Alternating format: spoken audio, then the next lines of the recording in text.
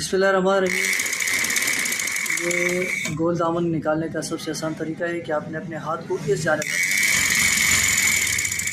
है और एक ही लेवल में आपने कपड़ा छोड़ते जाना है।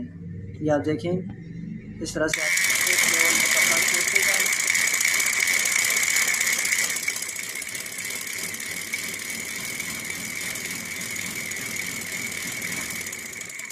ये मैं आपको शो करवा देता हूँ। ये देखिए, बहुत ही ज़बरदस्त और बेहतरीन गोल दामन आ रहे हैं।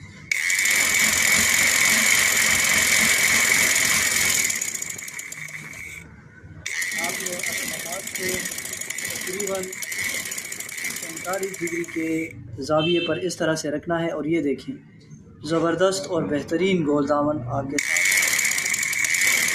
आ रहे हैं।